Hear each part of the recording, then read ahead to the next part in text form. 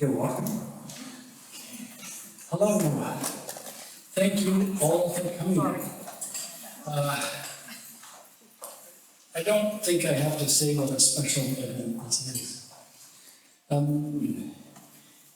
I was in Toronto 7 or 8 years ago, and Pam informed me she was here at the gallery and told me, "You won't believe who was just in the gallery." I said, "Well, come on, tell me." She said, "Roald and Roald Nasgaard were here." I thought, "Oh my God," and I'm in their city in Toronto, they're in my city, Vancouver. I've been wanting to connect with Roald for years. Roald,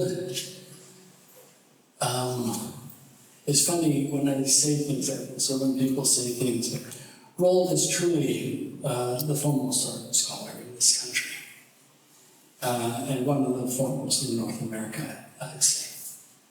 I've spent the most amazing week this past week with Roald and Laurie.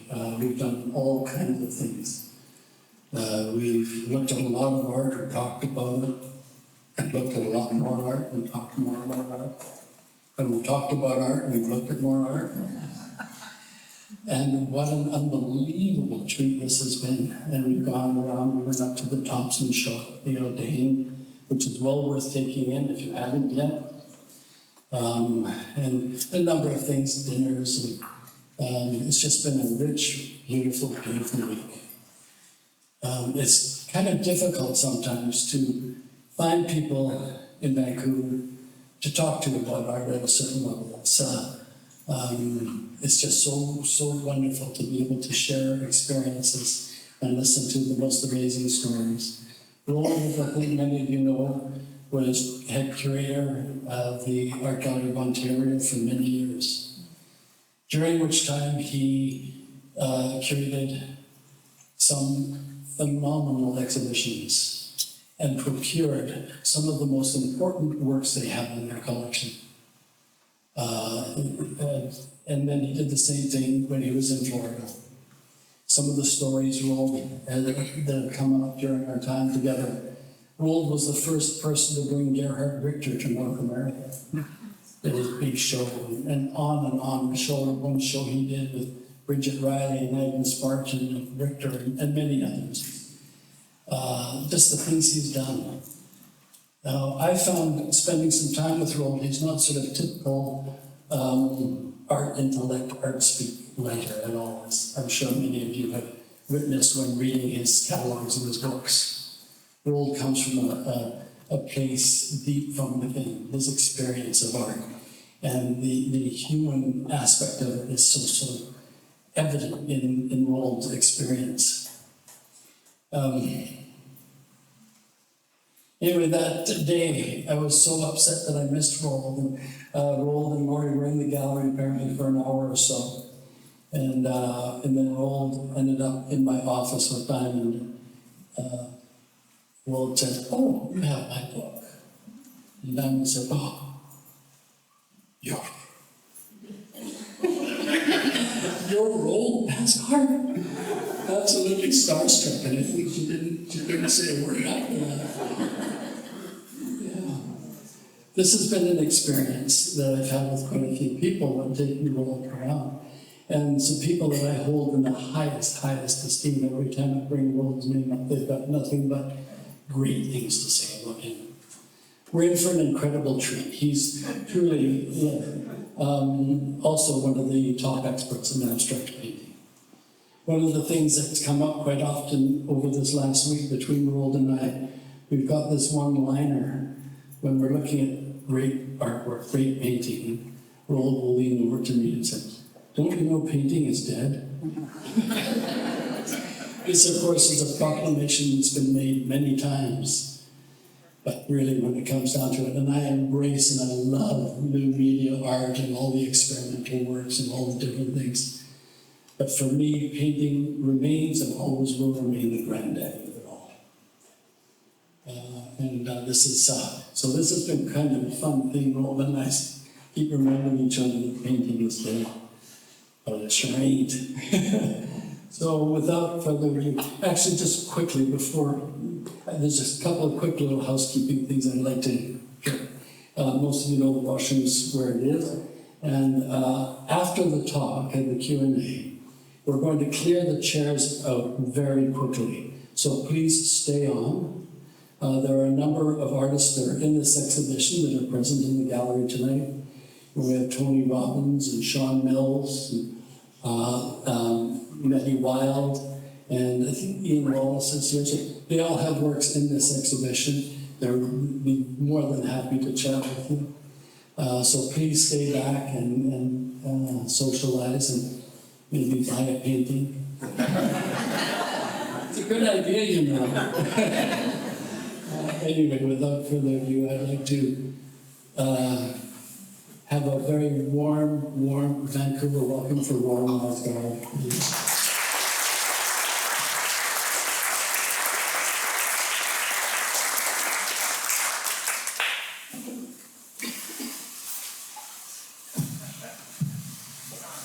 Okay. Well, Paul, that was very flattering. And thank you all for coming. But what Paul didn't tell you, that the reason I'm really here is a kind of punishment, or atonement at least, because when I was back in Vancouver, the first decade of the century, in order to do research for my book, and there I am hiding behind it, believe me that I have met up with and researched every artist that has anyway had practiced or flirted with abstract painting. I somehow missed Joseph Kyle. I don't know who to blame for that, but that's how it was. So whoever or whatever, and finally, that changed last year in July when we were in Vancouver. I was the accompanying spouse for my wife, Laurie, who was here for a conference of the International Court of Literature Society at UBC. And as I say, I often tag along as the accompanying spouse because it takes me to all kinds of exotic places. And Vancouver was one of them. We had wonderful concerts by the Early Music Society, venues that I didn't know existed. And the other great discovery, of course, was Joseph Kyle. The gallery, the Paul Kyle Gallery, was of course on my agenda in order to see the Robert Murray exhibition, but it was Ian Wallace, who we had lunch with the day before. He said, be sure to ask to see the work of Joseph Kyle. And which we did, and Paul and his staff, of course, were only too pleased to bring out. They brought out any number of works to see without any hesitancy, and just so we all and just so we all remember what is. This, I think, is from the exhibition from a year ago.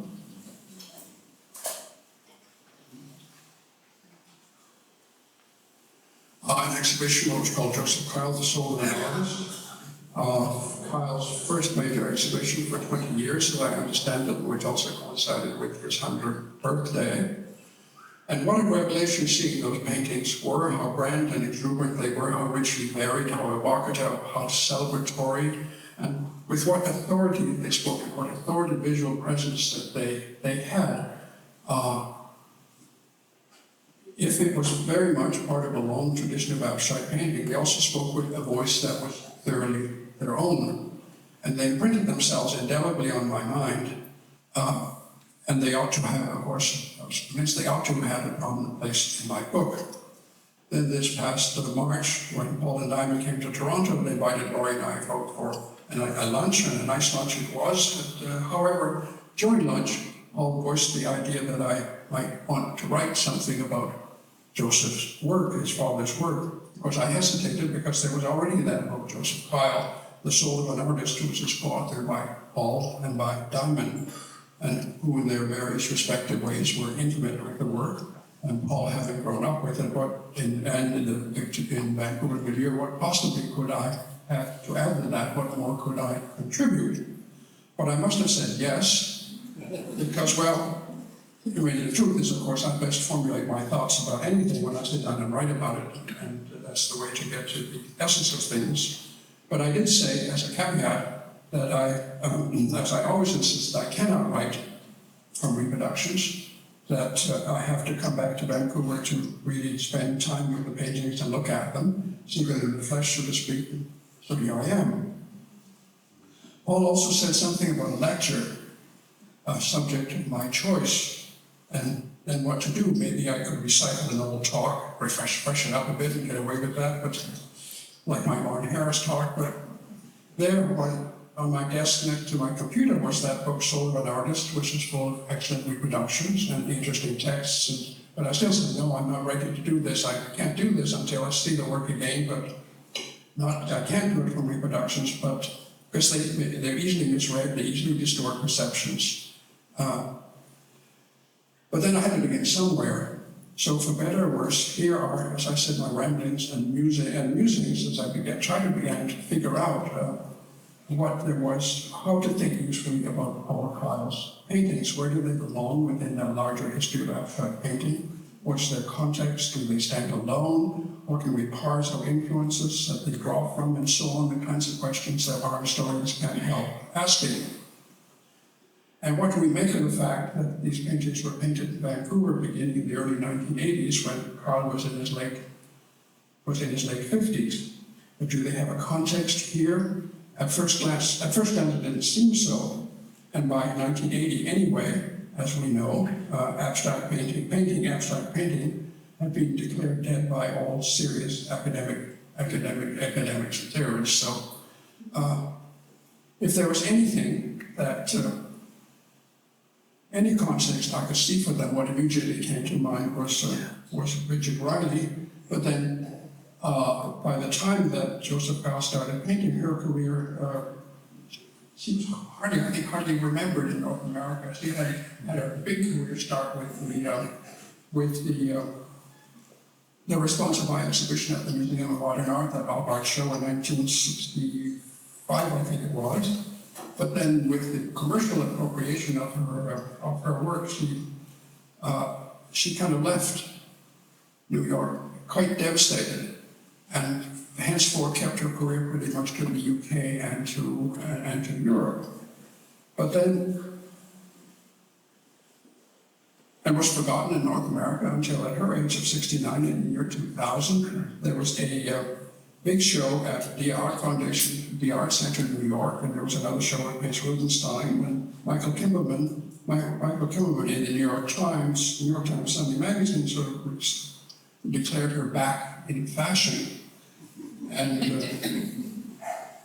suddenly her North American career took off. And I personally remember, because also in 2000, when I was in Florida in the process of organizing an exhibition called Pleasures of Sight and States of Being, Radical Abstract Painting since 1990, I wanted to include her. I was written to Wildenstein, who promised me a new Riley painting for the show. No problem, said Doug Armstrong, no problem whatsoever. And of course, surprise, the show sold out immediately, and suddenly there was no painting for me.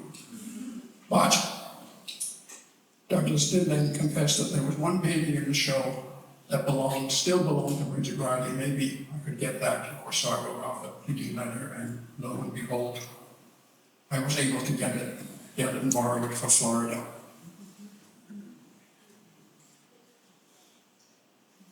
But how to speak about Kyle's work? Let's just put this on. How to speak about Kyle's work? Here's another of those installation shots, and let's just focus two of them, one of which, of course, is live and in the flesh right next to me here, and what a fabulous painting that it is. And let me just try to describe some of the characteristics of these works. There are a lot of descriptors. The obvious ones, they're strictly abstract and geometric, they're strictly rectilinear, they're crisply hard edge, their language is color, sometimes they stick to primaries, most often they orchestrate any number of secondary hues. Colors can be declared directly, or they can be shrouded as if they were veiled by translucent overlays.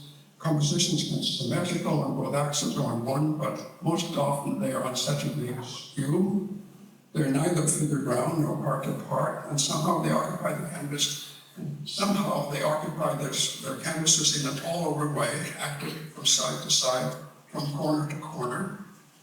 They're clearly intricately planned, but most of the time those schemas resist being picked apart by the eye. At best, those schemas are something that we can only resolve in the mind, but the moment we fix the schemas, of course, then the painting dies, and it's only when they only come back to life once we engage visually, and visually perhaps. And the picture planes are always everywhere in movement. They dance in time, they thrive on the instability of color, of how color and color forms have no fixed identity, but change depending on what lies next to them, or what forces they're subjected to. It's like ambiguity and instability is their prevailing disposition, but there are no obscurities. And all is there to be seen in the clear light of day. Synoptics is what Kyle called it, by which he meant, if I understand him correctly, seeing as a whole, the ability to synthesize shape and color on an equal footing and not as one reflecting or enhancing the other. Also, the ambiguity of where they sit across the picture. Are they on the picture plane? Are they in it? Are they within it? Are they before it? These things often all at once. So they're performative, we can call them, they're interactive, they're experiential, and the viewer is a co-creator. But there's no eye-dazzling in the way of our art. If they thrive on instability, then that simply reflects something inherent to the nature of being. And if, like this one, they can invoke a state of awe, it's not awe as fear and trembling, but awe as transcendental, as transcendent light. But where does all this fit in within the larger history of abstract painting, especially what we might call the modernist story? And it's a story that would be fully available to Kyle when he began his paintings in the early 1980s, and a story that he could pick and choose from as he wished. And we know that his interests ranged wide, from Randy to Dostoevsky, Gorky, Molinari, Molyneux, Agnes Martin. What did he see and what didn't he know? But it's interesting, there doesn't seem to have been his slow working through the history of art over many years, as had other sort of key Canadian hard edge painters like Molinari or Gaucher or Hornstein, or even Eli Hornstein, or Bridget Riley in Europe. It was almost as if the paintings came in abundance in multiple series quickly, not tentatively or gropingly, but almost fully adult, as they appeared in the early 80s. And of course, as I've said before, they also appear when painting and abstract painting had largely falling out of favor, certainly also in Vancouver. So where does he fit in? But these are way too many questions to deal with here. So I thought maybe there's a smaller, more manageable thing to think about. Is there a more specific Vancouver story to which they might belong?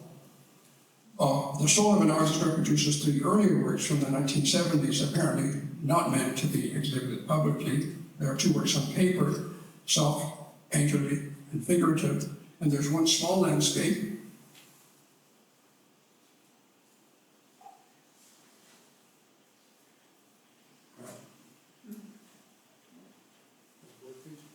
No. There's one small landscape, as you can see here.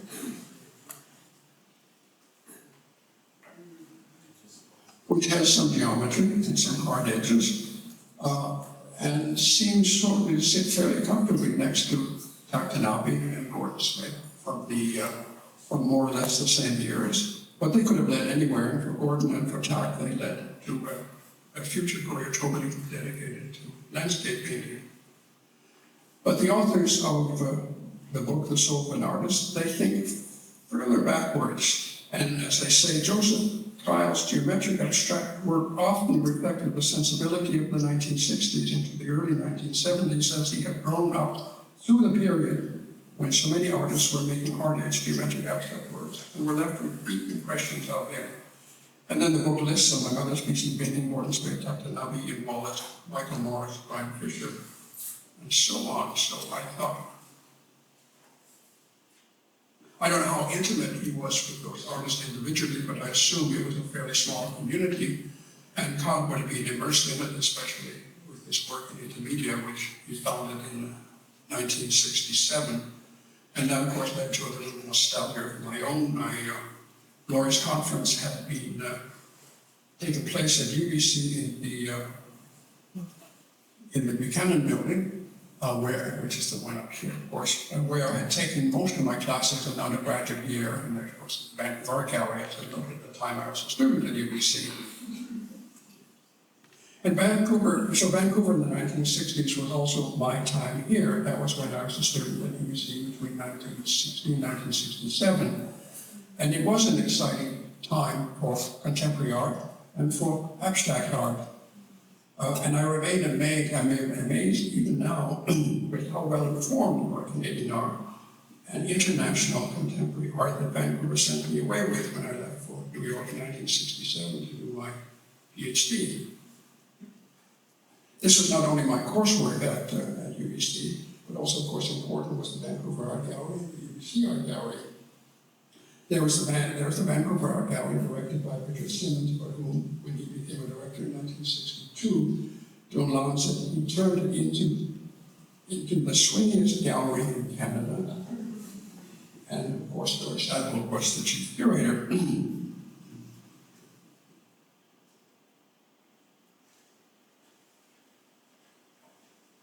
And at UBC it was the art gallery in the basement of the library, under the curatorship of Alan Balkheim, who was an international, who was informed the museum studies course I followed.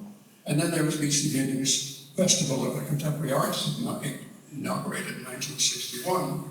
And it was, of course, about a whole lot more than painting. Bringing in avant-garde dancers, musicians, and poets like Anne Halpern, Lawrence Philip, Debbie, Robert Creedy, John Cage, and people like that. And we, of course, remember Ian Baxter outside the Buchanan building going up 2 tons of ice with a blowtorch. And there was his bag place in the UBC Art Gallery, which you may remember, where even the turds were bagged in the toilet. And then there were happenings like the first multi-sensory public hanging in Vancouver. The medium is the message. Obviously, with Martha McLuhan hovering over it and organized by Ian Baxter and Arthur Erickson, Taktanabe, Ed Rogatney, and other people. And then I discovered the New Design Gallery, the Lucy Gallery, and Douglas Christmas's Ace Gallery. But I was gone by the time Carl became a founding member and director of Intermedia. That was in 1967. But let's focus on painting and abstract painting, because there was a good dosage of art available in here, especially from the UK and from California. Like, these are 2 catalogs of exhibitions at the Vancouver Art Gallery, the New Sea in 1965 and Los Angeles 6 in 1966. And the New Sea, of course, was the exhibition in which with Bridget Riley in her early sort of art page with paintings like the ones with which she was introduced to New York in the optical, the responsive eye. Other abstract painters in that show, like Jeremy Moon and Robin Denny, nothing I think particularly exciting or Godot. And Los Angeles 6 also had, I misplaced the catalog, so I couldn't find really what was in it, I must say, until I saw a copy. Diamond showed me a copy yesterday, so now I have to rethink all of this, but it will all work out. So the most important electric abstract color painting, of course, was an exhibition of Guido Molinari from Montreal at the Vancouver Art Gallery at the end of 1964, from which the gallery acquired the Hommage à Johann, which is still one of my favorite among the early stripe paintings. And these stripe paintings in which Molinari obliterated sort of formal art composition in order to focus on color interaction and the principle of non-identity, that the identity of any color is always dependent on its context, a principle to which Joseph Kahn would fully subscribe. But what about Vancouver's own hard-edged geometric abstraction then? Is it part of Kyle's history at all? There's BC Vinning's wall mosaic from the BC Electric Building from 1955 and 57, and it's kind of fun to do a juxtaposition like this. What pure abstraction is not what Benning is known for, and of course the objectives here are entirely different purposes, different materials, and therefore also very different bodily presence.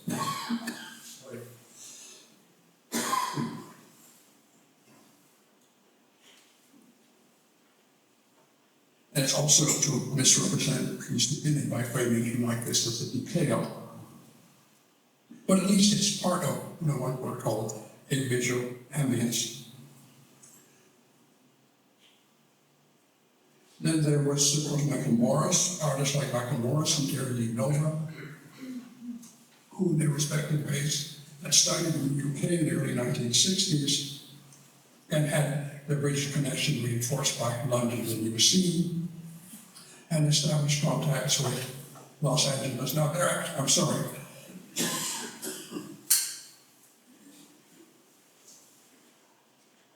Now, their abstraction, of course, was somehow up and a little quirky and cocky, but it could also be wonderfully inventive, like this.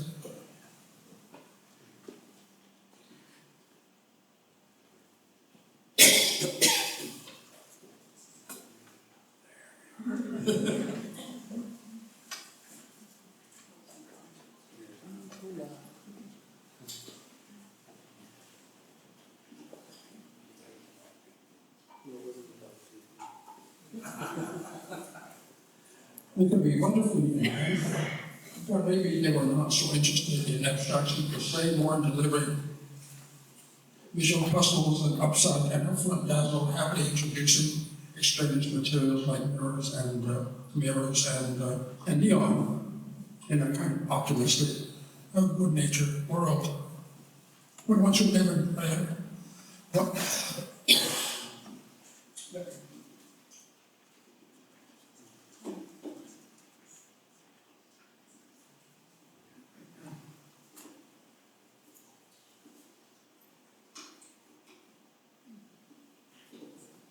one should never generalize. Because I've never seen this painting before, which is currently not rather very interesting. In fact, it's still in the Vancouver Art Gallery called Monochrome. And this is a painting with the real heft and serious emotional, and I think really emotional power. But by the end of the 60s, Morris and his colleagues, of course, had mostly turned to performance, film, and video, along with art bank mail, with image bank mail art in the West of the Front. Well, then, of course, there was Smith and Tanabe.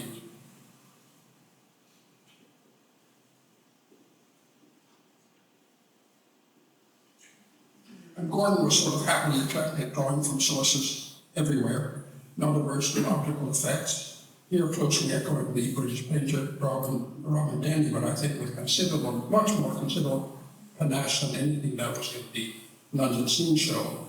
And he was also, as with the Franz, capable of very witty transcriptions of nature.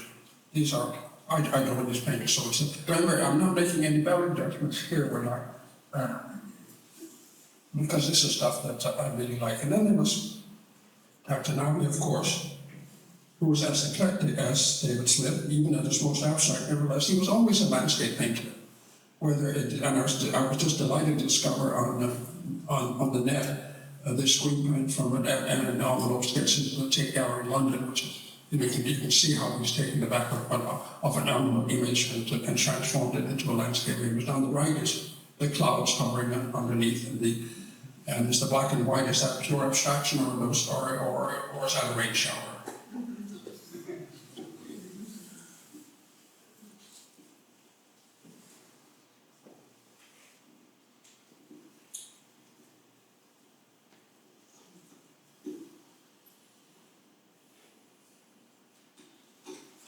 But pages through the book.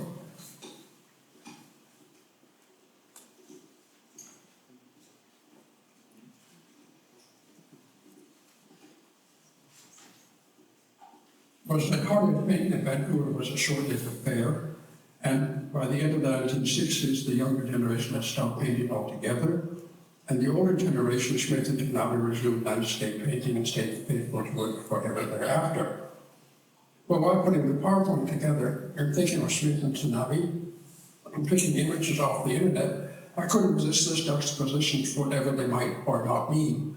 And with Gordon Smith and with Joseph Kyle, just the interpenetrating wedges of color, even if Gordon's soft and subdued, as opposed to the harsh and fully saturated wedges of Joseph Kyle. And then unfortunately, Paul showed me the painting yesterday, or was it the day before? And seeing in the flesh then was just another example of how you do not work for reproduction, because once seeing in the flesh, there's no relationship whatsoever. That's an entirely different dynamic within the Kyle painting. So a lesson learned. That's why I was going to cut the image, but I thought it was nevertheless useful to show. But I think much more pertinent perhaps is this tonight. This juxtaposition of Tanabe and Kyle, but I'll leave that for the moment. We'll come back to that later. Because there's another painter of the mid-1960s who might be more pertinent to Joseph Kyle's work, which was Brian Fisher. We can do a comparison like this with Joseph Kyle's Radiant series, but that's perhaps also more formal coincidence than is anything else, because an instance which could come out of the long history of so-called op art. But Brian Fisher is more interesting and relevant in another register with paintings like these mathematically precise, open linear string-like geometric structures that sit centered against flat, monochrome backgrounds. Dorset will call Fisher's paintings beautiful diagrams for secret celestial devices. Fisher himself spoke of his paintings becoming a focus for contemplation, a catalyst to free the consciousness from the experience of pure perception. He also spoke of them like being icons, except that unlike icons of the past, here there was no need to identify with a specific religion or religious symbols. Of the generation of hard abstract painters who emerged in the 1960s, Vancouver is Brian Fisher, who had more to do with the long spiritual and mystical Vancouver tradition that dates back to at least the in-between wars, even if the belief system was now phrased, even if the belief system that was then in the between wars phrased theosophically in terms of in the post-war years was transformed into symbolism as it became fashionable all over North America in the 1960s. Now, whether Kyle was consciously an inheritor of that tradition is, of course, a question. But I want you to hear whether that is something to look at in the meantime. Now, whether Kyle was consciously an inheritor of that tradition is, of course, a question. But Kyle did consciously pursue transcendent experience in his paintings.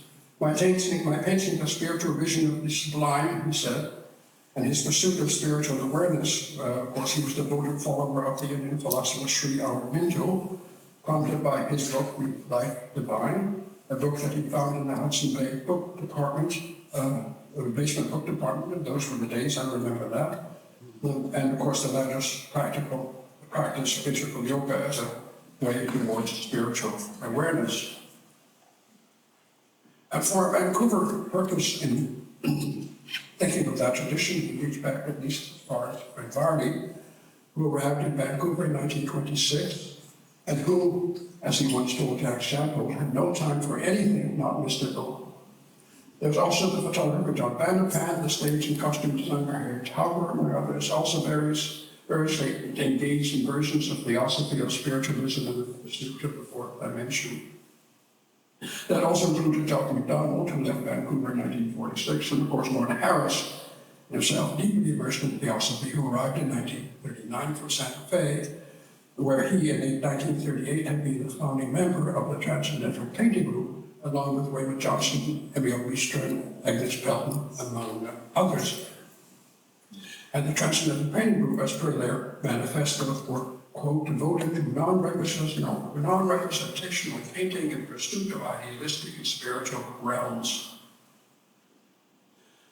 According to the book, The Soul of an Artist, of course, the book of Kyle and Harris shared a mutual kinship, despite their 40 years difference in age, became friends, and as I understand it from Paul, who kept together in Harris' studio. Harris, of course, died they would have been fairly early on, because Harris died in 1970. Now, I don't know how Harris spoke in conversation, but we know that in his written tasks, they also talk about artist tasks to liberate the soul from the pettiness of every day. The heart must become one with the eternal spirit, and that kind of thing. But as to Fisher, let's at least consider the appropriateness of a comparison like this one.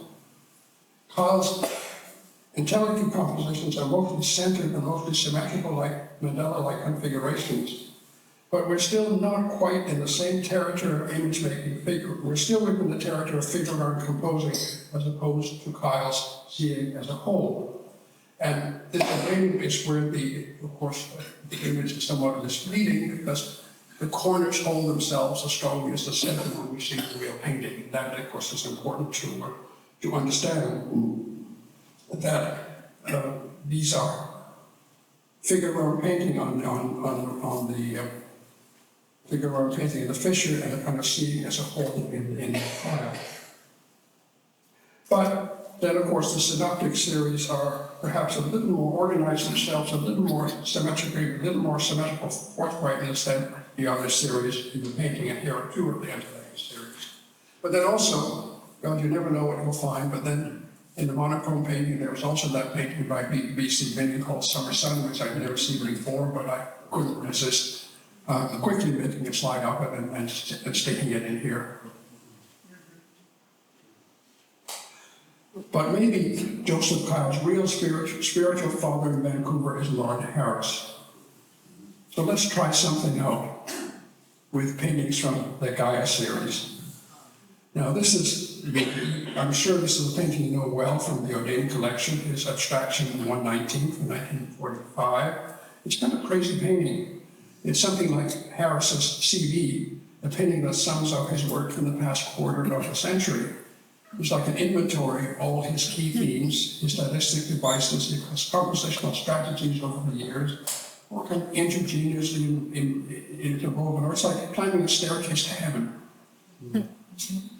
And everywhere it's both landscape and abstraction, nature and geometry, illusions of space everywhere, but held in check also by rectangles and arcs and little picture frames that mount their own miniature landscapes. It's all about scent.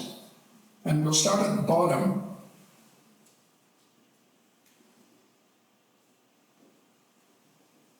All right. What am I doing here?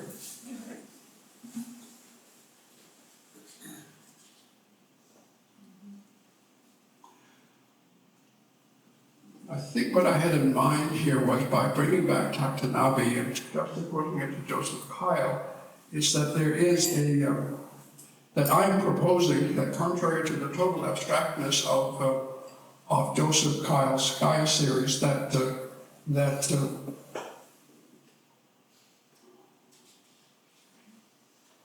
they can also be read like landscapes. Like Taktanabi, there is a horizon line that runs about, a third from the bottom. I'm sorry, I've got myself lost here. A horizon line just below the middle, while above there's a spectacular landscape that we see on vast and full technicolor splendor, and below is a reflection on something like a lake surface foreshortened and receding inwards. And so I'm doing the heresy here in the Gaias from a landscape perspective. And there are two more of them, which I think we can look at very much in the same kind of way. And then, if you'll go along with me, will do something like this and look at them and look at Kyle alongside one of Harris's North Superior paintings from the 20s, which of course the landscape is also serially abstracted, clouds, water, and rock transformed into more platonic, universalized forms, sort of severe but sublime. Of course, these are not, unlike in Kyle, Harris's are not perfect reflections, but they are echoes at both edges of those clouds and islands down below are the reflections of clouds. And if the rocks and clouds are not true sort of realistic reflections, they certainly are formal ones, put it that way. Yeah, I even do this, and this is premature because I haven't seen this painting yet. I gather I see it. I'll see it tomorrow or the next day. Look at that bright patch of look at the bright patch of reflected sunlight, or is it moonlight, in the Lauren Harris. It's sourced somewhere as an unknown source that lies well above the outer picture frame, like they always do in Lauren Harris. And then Kyle's middle yellow rhomboid. If all his rhomboids are already disposed to be unstable as to where they sit in space on the picture plane, this one, at least to my eye, flips to the vertical, from the vertical to the almost horizontal, not unlike Harris's centrally placed moonlight lake surface. And once that yellow plane was flipped back, you can't snap it back on the picture surface again, and probably not, but then, after all, the painting is called a special epiphany. This is not for one moment to suggest that Kyle is doing a Harris, but that we are witnesses to a comparable spiritual realm. But let's climb Harris's chronological ladder in the Elaine painting. I see he leaves Canada. I remember he was a bad boy. Took up with his best friend's wife, and in stayed in Toronto. That posed problems. So he departed. He had to leave Canada. Ended up in Hanover at Dartmouth College, and from then on he moved to Santa Fe and ultimately to Vancouver. But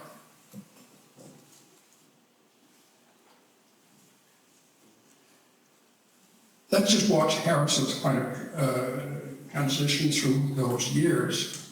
In this picture, he takes us from a foreground craggy irregularities towards perfect geometries, and the conic piece in the center, then that fade into the luminous transparencies further on.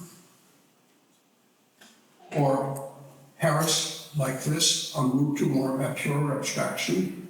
We less read mountains, but overlapping geometric planes of heavenly blues, of decreasing density, offset on the sides by bright yellow somethings. Gothic arches, shafts of sunlight, it doesn't really matter. We're within the realm of, or we're close to the realm of pure abstraction. It's as if Harris is heading for the same transcendental pictorial realm as Kyle, but with 60 years of Running art history in between them.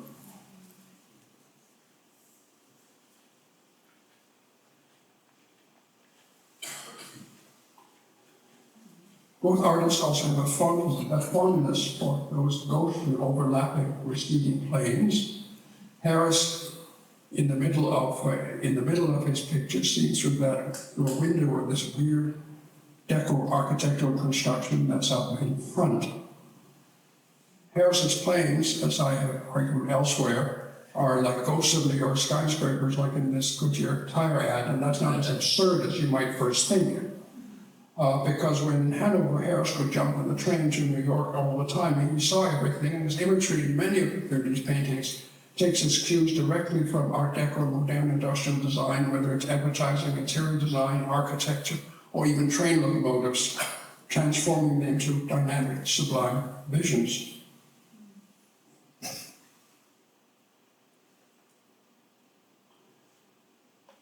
But when thinking of Kyle's use of overlapping diaphanous planes, can I sneak in this from Santa Fe by the Transcendental Painters Group artist Wayne Johnson, who was Harris's close colleague in Santa Fe. May we imagine that Johnson and Kyle are somewhere on the same wavelength, And of course, it's a painting that Kyle would not have seen, but back in Vancouver, Kyle could very well have seen this painting by Johnson, which belonged to Harris, who brought it from Santa Fe to Vancouver and eventually gave it to the University of British Columbia. Those diaphanous handkerchiefs billowing and fluttering and floating in some celestial space. Unfortunately, this is also an image, the Johnson image is a bit drab, kind of bleached of color. The original colors are much brighter and forward. The beige handkerchief, that shape that sits in the middle is almost watermelon pink. But of course, Johnson never has Kyle's characteristic purity and clarity. And Johnson affirms the picture space with his centralized to the blue disc, but his events take place in behind in a deeper illusionistic space. Kyle's are not pictures in that way. They don't recede into a distance. They're up front and here. Look at another comparable comparison.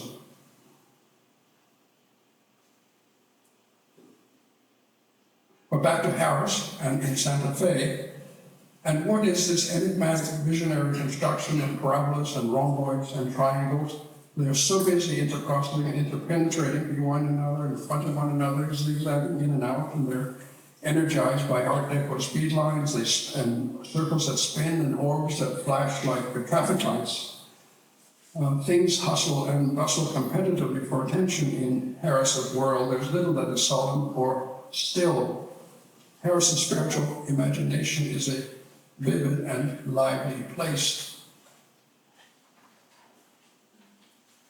If we can propose that Harris and Kyle occupy similar energy fields, then Kyle has long ago stripped away for Harris's iconography, if of course that's what we can call it, iconography, something to be ciphered and interpreted. But of course that was a notion that Harris utterly rejected.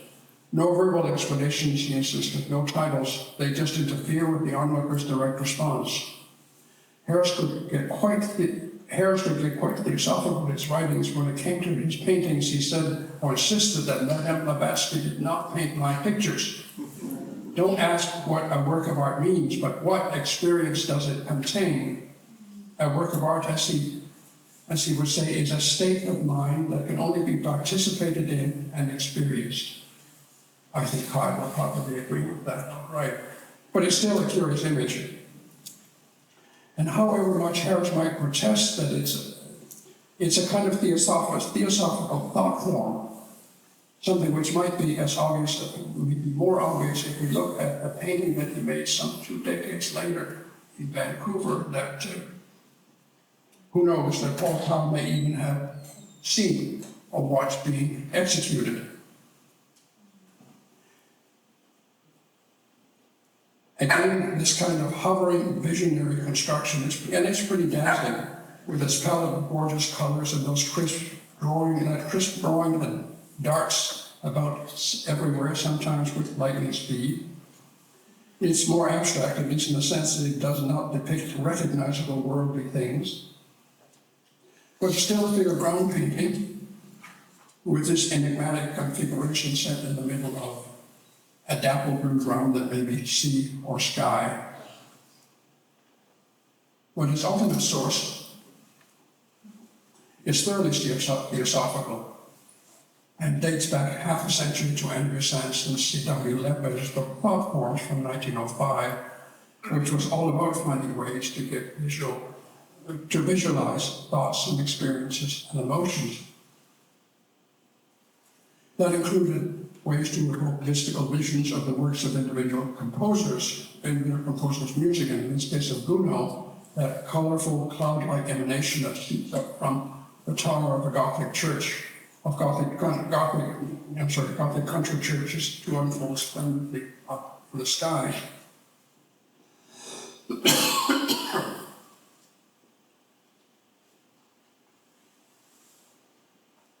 A great number of Harris Santa Fe paintings echo these thought forms, and they had been common fodder for discussion back in Toronto at the Arts and Letters Club, where they could also often be the occasion for irreverent mirth.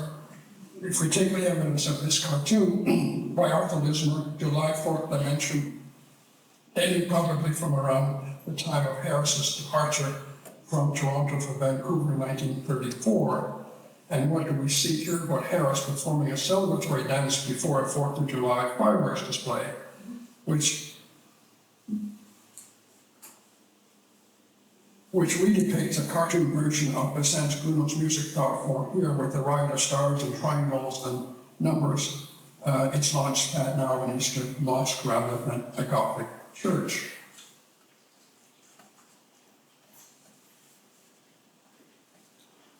So are we on the same ground, or rather in the same mystical universe, so to speak, when we juxtapose Harris and Kyle like this?